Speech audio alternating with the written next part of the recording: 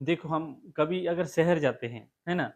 जैसे हम कभी शहर जाएँगे, तो शहर जाने से क्या होता है कि अपना परंपरा को भूल जाते हैं, है ना? हमारे अपने परंपरा को क्यों भूल जाते हैं? कि बात गाँव में बात कुछ ज़रा अलग होता है और शहर में कुछ अलग हो जाता है। तो शहर में जाने के बाद वापस आते हैं ना, अपने व्यक्ति क्या बोलते हैं? अनपढ़ है। चलो मानता हूँ मैं अनपढ़ हूँ, है ना? लेकिन अनपढ़ व्यक्ति के पास जो नॉलेज है अपना गाँव व्यवस्था का जो पता है ना, उतना किसी को नहीं होता है। अगर वो गाँव वाले व्यक्ति अगर आपको पेन सिस्टम में पूछेगा, आपको गाँव का व्यवस्था पूछेगा कि नार व्यवस्था में क्या होता है? तो जर-जर पसीना आने लगेगा, है ना? भले हमें समझ नहीं आता है कि अनपढ़ है, लेकिन जो अनपढ़ जो गाँव को चला रहा है ना, उतना किसी को नॉलेज नहीं होता है। आज तक देखे होंगे कि कोई सा भी गाँव में कोई गायता 12वीं किए हैं, 10वीं पढ़े हैं, है ना? कॉलेज बीएससी किए हैं, नहीं किए हैं, लेकिन उसको गाँव व्यवस्था को पता है कि कैसे सँभालें। और गाँव का पहले क्या था, वकालत जो होता था, अभी जो क्या है, वकील ढूँढते हैं, है ना? वकालत करते हैं, है ना? तो उस सब बात को क्या करते थे, गाँव में इकट्ठा बैठा के जो बातों को सॉल्व करते थे। इतना गाँव व्यवस्था है कि गायता को पता है और पटेल को पता है, उसको कभी एजुकेशन का ज़रूरत नहीं था, लेकिन अभी के व्यक्तियों को क्या लगता है कि अनपढ़ है। अनपढ़ नहीं है, पुरखों से चलाते आ रहा है पेन व्यवस्था को, जो अनपढ़ है उसी ने पेन व्यवस्था को बाँध कर रखा है मुट्ठी में। और जिस दिन हर व्यक्ति के पास एजुकेशन होगा और शहर में रहना होगा ना, तो नार व्यवस्था भूल जाएँगे और पेन व्यवस्था को भूल जाएँगे।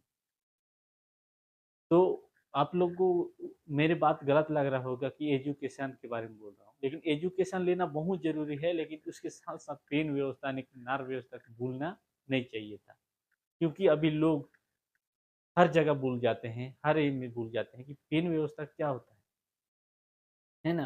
पेन व्यवस्था क्या होता है, नार व्यवस्था क्या होता है, अपना परिवार व्यवस्था क्या होता है, उससे और क्या बोलूँ, अपना माँ-बाप का व्यवस्था क्या होता है, उसको भी भूल जाते हैं, है ना? इतने भी अंधे नहीं बनना चाहिए कि नार व्यवस्था, पुल्लो व्यवस्था जो आप लोग को समझ नहीं आ रहा है, लेकिन उसको सीखने का कोशिश करना चाहिए, है ना? लोग भूल जाते हैं कि अपना व्यवस्था को भूल जाते हैं और दूसरा व्यवस्था को पकड़ कर चलते हैं।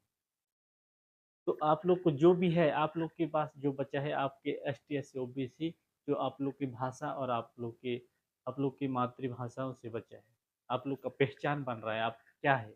आप आदिवासी हो कि क्या हो आपकी भाषाओं में बचा है। लेकिन आपके अभी के लोग क्या है अपना भाषा को बोलने में शर्माते हैं, है ना? अपना भाषा को बोलने में शर्माते हैं, अपना भाषा को बोलने शर्माएँगे तो आने वाले दिन में हमारे जो बेटे होंगे उन लोग हमें पिताजी बोलने शर्माएँगे तो हमें कैसे लगेगा? बहुत बड़ी दुःख की बात है कि अपना बेटा पिता बोलने में शर्माएगा, इसी तरह हमारे भाषा को अभी के लोग जो अपने भाषा को बात करने में शर्मा रहे हैं, अपनी भाषाओं को रखने में शर्मा रहे हैं। अपना भाषा क्या है, अपना भाषा में बोलने वापसी में बात करने शर्मा रहे हैं, है ना? अपने भाषा को वापसी में बात करने शर्माओगे तो मिलेगा क्या बताओ? आज तक कोई ऐसे कई भाई लोग हैं जो अलग-अलग है में जो उनके भाषाओं को कोई नहीं बोलते हैं। अपने भाषा में अपने वापसी बात करते हैं, उनको कोई शर्म की बात नहीं है।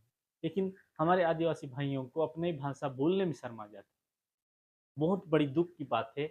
आप लोग को मेरी बात बहुत गलत लगा होगा मैं मानता हूँ, लेकिन जो आप दिल से सोचोगे, मानोगे तो बहुत नुकसान भी हो रहा है हमारे भाषा को छोड़ने की वजह से। तो इतना ही है, मेरा बात को यहीं समाप्त करता हूँ। आप सभी को बहुत-बहुत सेवा-जोहार, कहीं गलत हुआ है तो माफ़ी भी चाहता हूँ और गलत तो लगेगा ही, ये सब जानता हूँ। पुनः सादर सेवा-जोहार करता हूँ।